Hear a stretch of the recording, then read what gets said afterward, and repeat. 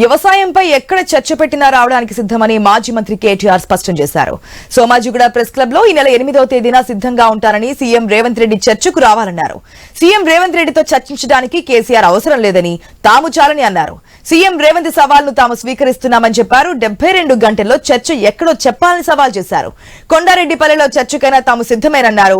చర్చకు తాము ఎప్పుడైనా సిద్ధమేనని, రేవంత్ రెడ్డికే సమయం కావాలని ఎద్దేవా చేశారు.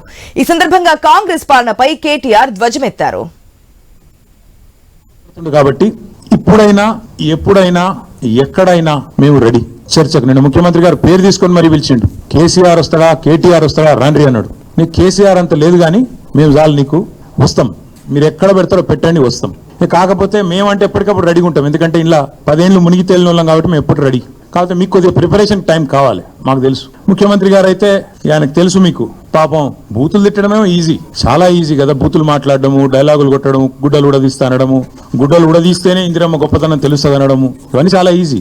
కానీ ముఖ్యమంత్రి గారికి నేను ఎందుకు 72 గంటలు టైం అంటున్నా అంటే, మళ్ళా మీరు అక్కడికి చర్చకు వచ్చి బేసిన్లు బెండకాయలు అని చెప్పి ఆయనతో ఉన్న పరువు తీసుకుంటే తెలంగాణ ముఖ్యమంత్రి పరువు పోతుంది. ఇప్పటికే కొద్దిగా ప్రిపేర్ అయ్యేందుకు టైం వారికి 72 గంటల సమయం ఇస్తా ఉన్నాం. లేదా మా సొంత ఊరికే రండి, కొండారెడ్డిపల్లి కంటే అక్కడికైనా వస్తాం.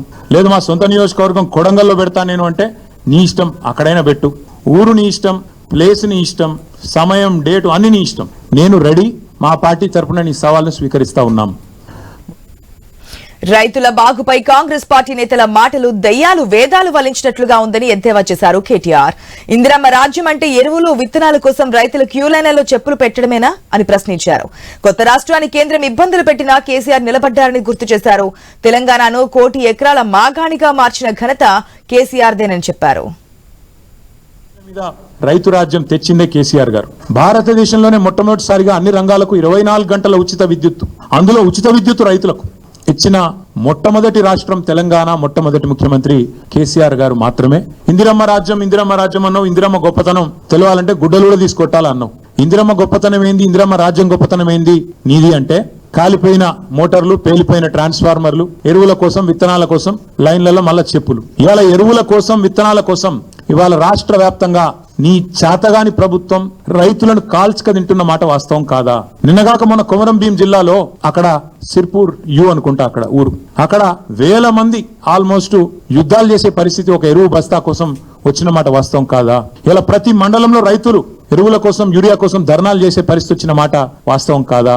మీరు ఎరువుల దుకాణాలకు ఆధార్ కార్డు చూపెడితే ఎకరానికి 1 బస్తా ఇయ్యాలని చెప్పిన మాట, మీ అధికారులకు ఆదేశం ఇచ్చిన మాట వాస్తవం కాదా? ఎరువులు కూడా పంచే శాతగాని నువ్వు ఇవాళ కేసీఆర్ లాంటి నాయకుడిని పిలిచి చర్చకు రా అని మాట్లాడితే నవ్విపోదురుగాక నాకేమి సిగ్గన్నట్టు ఇంతకంటే హీనమైన పరిస్థితి ఉండదు.